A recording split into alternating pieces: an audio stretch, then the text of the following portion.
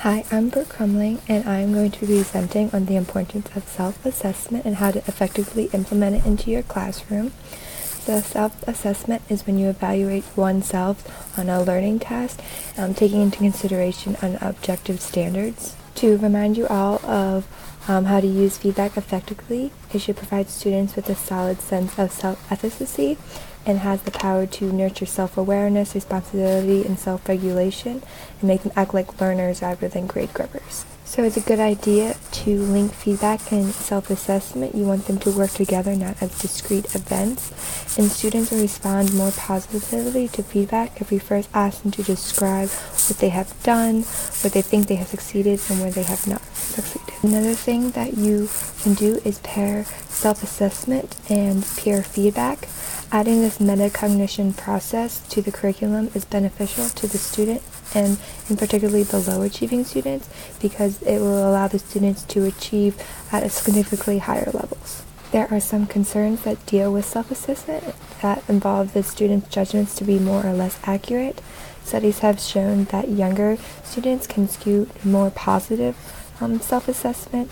Older students are more realistic and in line with their teachers' ratings, and higher performing students are more accurate than lower performing. Some more concerns include that more difficult tasks lead to lower levels of agreement between student and teacher, and that students who receive feedback on clearly defined criteria and who base their self-assessment on those criteria will more closely align with external measures, and also the psychological safety where the students feel safe enough to render an accurate judgment about themselves.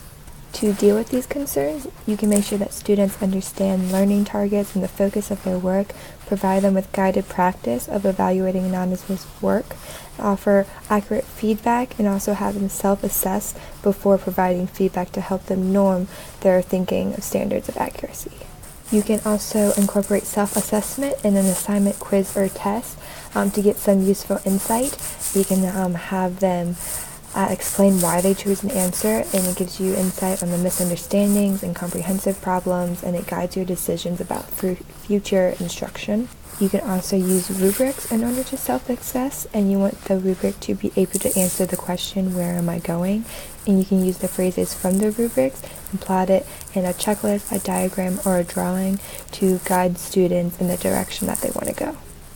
We are going to be using self-assessment with goals a lot, and you use goals so that they can focus on their learning rather than the grade, and it gives them the answer to why they are learning what they are learning, and also provides them with the progress of their learning.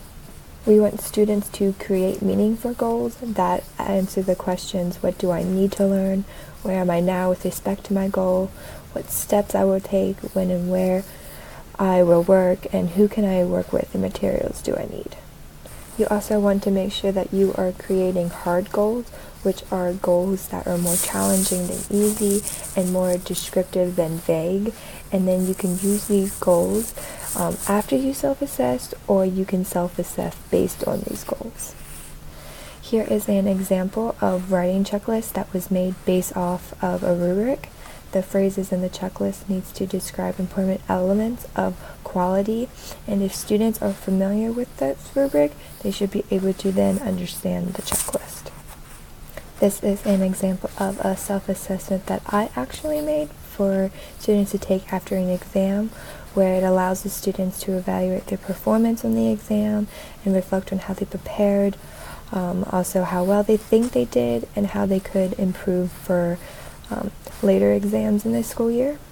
This is an example of a study plan that could be made after they self-assess before an exam to determine which learning targets they still need to study. This summarizes self-assessment as an ongoing process of self-monitoring, self-evaluation, and identification and implementation of instructional corrections as needed. This is a chart that I found that helps teachers implement student and self-assessment in the classroom, where at stage 1, teachers involve students in determining criteria. Stage 2, the teacher shows students how to apply the criteria to evaluate work samples. The third stage, teachers provide students feedback concerning the application of the criteria, and the last stage involves identifying subsequent learning goals and the strategies that they can use to attain the goals. Overall, it is critical to use self-assessment to enhance student motivation and achievement and have them create self-efficacy and confidence to learn.